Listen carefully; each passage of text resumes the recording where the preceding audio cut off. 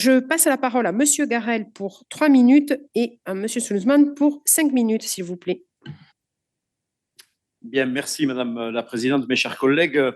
Je veux commencer sur ce sujet par une conviction simple que nous partageons, je crois, nombreux dans cet hémicycle. La mobilité, ce n'est pas simplement un service, c'est une liberté. C'est même l'une des premières libertés que doit garantir une collectivité lorsqu'elle prétend défendre l'égalité des citoyens. Et cette liberté, en Occitanie, nous avons décidé depuis longtemps qu'elle devait être accessible à tous, pas seulement à ceux qui vivent près des métropoles, et qu'elle devait aussi être accessible à l'ensemble de nos concitoyens, quel que soit leur lieu de résidence ou leurs moyens. C'est cette vision profondément républicaine qui nous a conduit à développer les trains à 1 € et l'ensemble de notre politique tarifaire. Ce n'est pas un gadget, comme je l'ai entendu, ce n'est pas un slogan, c'est un choix politique.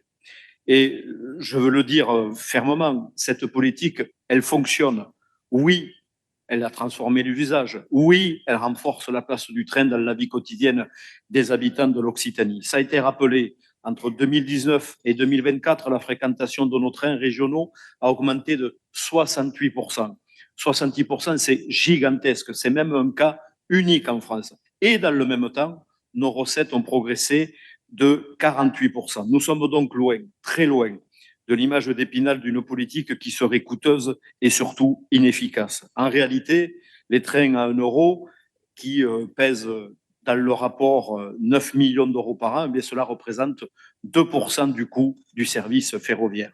Et dans le même temps, l'augmentation de fréquentation a généré 105 millions d'euros supplémentaires de recettes sur la même période. Quand on regarde ces chiffres, non pas avec des préjugés, mais avec honnêteté, la conclusion s'impose d'elle-même. Ce dispositif, c'est un multiplicateur d'usage, c'est un soutien au pouvoir d'achat et c'est un levier d'attractivité pour l'ensemble de la région. Il faut le rappeler, et ça a été dit, il y a dans les choix d'utilisation du train la question du prix, mais aussi la question du service.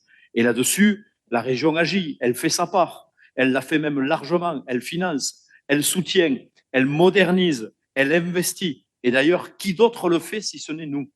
L'État, permettez-moi de rappeler qu'il est propriétaire du réseau, qu'il est l'actionnaire de SNCF Réseau et que pourtant son niveau d'investissement sur bien des projets reste largement insuffisant. Et nous le disons sans polémique, mais avec constance, avec mon collègue Jean-Luc Gibelin, vice-président sur ces dossiers, la transition ferroviaire ne pourra pas reposer uniquement sur les épaules des régions. L'État doit être au rendez-vous. Et puis, il y a un autre sujet plus profond encore, un sujet de sens. Dans beaucoup de nos villes et villages, la gare, c'est parfois le dernier symbole du service public et c'est pour cela que nous défendons le rail, que nous rouvrons des lignes et que nous rouvrons aussi des gares. Alors oui, pour certains, cet aspect est réduit à une simple ligne comptable.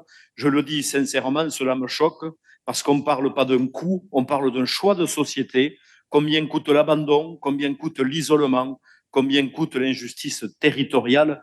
Personne ne met dans des tableaux Excel ces coûts-là et pourtant ce sont les plus lourds. Juste en conclusion, permettez-moi d'ajouter un dernier mot sur la pétition Petite ligne grande cause qui a réuni plus de 33 000 signatures, 33 000 personnes qui nous disent ne laissez pas tomber notre train, ne laissez pas tomber nos territoires. Eh bien, je le dis ici, nous continuerons à défendre ce modèle, nous continuerons à investir, nous continuerons à porter une politique ferroviaire ambitieuse parce que c'est juste, parce que c'est nécessaire et que c'est notre responsabilité. Mes chers collègues, le train à 1 € est notre politique tarifaire. Ce n'est pas seulement un symbole, c'est une promesse tenue, c'est un engagement que nous devons prolonger pour les habitants, pour notre territoire et pour l'Occitanie. Je vous remercie.